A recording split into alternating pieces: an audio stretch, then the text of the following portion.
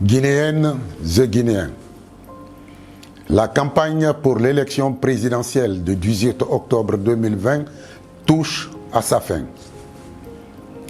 À l'occasion de cette campagne, vous avez pu voir des visions et des propositions différentes de celles du président sortant sur la télévision nationale guinéenne, la RTG.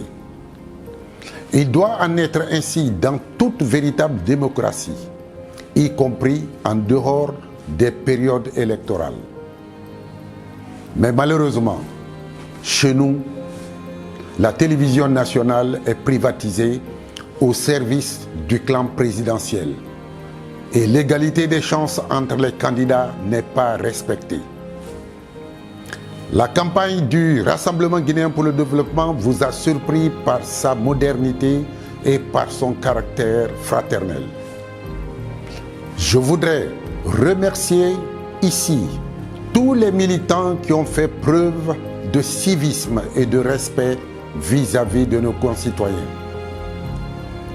Ils ont fait honneur à leur formation et ont montré que la politique peut se faire autrement sans corrompre. Les rassembleurs, comme nous les appelons, n'ont pas ménagé leurs efforts pour faire connaître nos idées à travers notre pacte social résumé par les 3 R.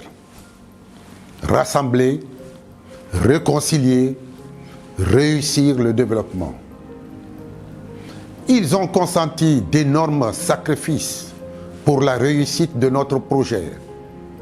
Leur patriotisme ne sera pas oublié. Je voudrais également rendre un hommage très appuyé à nos sympathisants des différents groupes de soutien qui nous ont accompagnés, perdant pour certains une journée de travail sans aucune compensation. Leur dévouement ne sera pas oublié. Je voudrais enfin rendre un hommage vibrant au valeureux peuple de Guinée qui aura la lourde tâche de faire un choix crucial pour son avenir. Son courage ne sera pas oublié. Nos héros qui ont fait le sacrifice ultime pour l'alternance ne seront pas non plus oubliés. Chers Guinéens, d'ici et ailleurs, si nous étions dans une véritable démocratie, le président sortant ne devrait pas participer à ce scrutin. Il a choisi, après 10 années d'exercice du pouvoir, d'organiser un passage en force en piétinant ce que les Guinéens se sont collectivement donné comme règle de vie. Le vote du 18 octobre prochain nous amène à faire un choix pour nous, mais aussi pour les générations futures. Notre choix d'aujourd'hui déterminera la vie que nos enfants auront demain. Il est donc primordial de se poser les bonnes questions avant d'élire celui qui présidera aux destinées de notre chère patrie. Que voulons-nous pour nous-mêmes et que voulons-nous léguer aux générations futures? Voulons-nous laisser à nos enfants un pays organisé avec un projet collectif, une vision partagée du développement et une méthode pour la mettre en œuvre comme je vous le propose?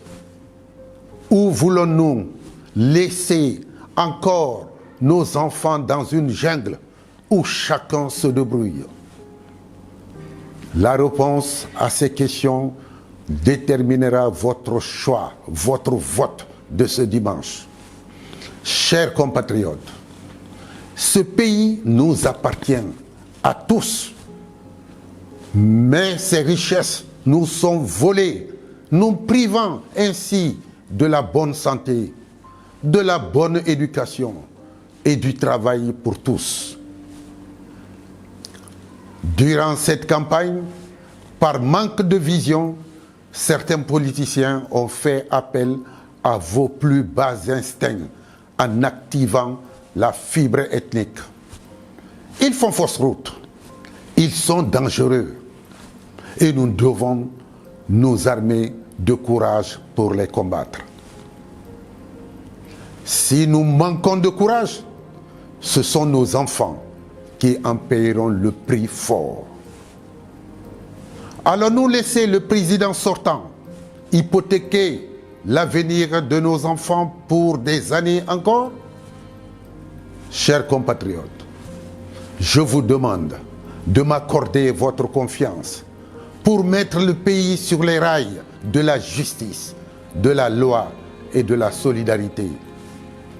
Je vous demande de m'aider à constituer une équipe nationale pour le développement de la Guinée et pour enfin nous concentrer sur les solutions aux problèmes que vous rencontrez au quotidien. Nous devons tous nous donner la main pour réussir à combattre notre véritable ennemi, le sous-développement. Mon pays, ma fierté, ensemble, tout est possible. Vive la République, vive la Guinée.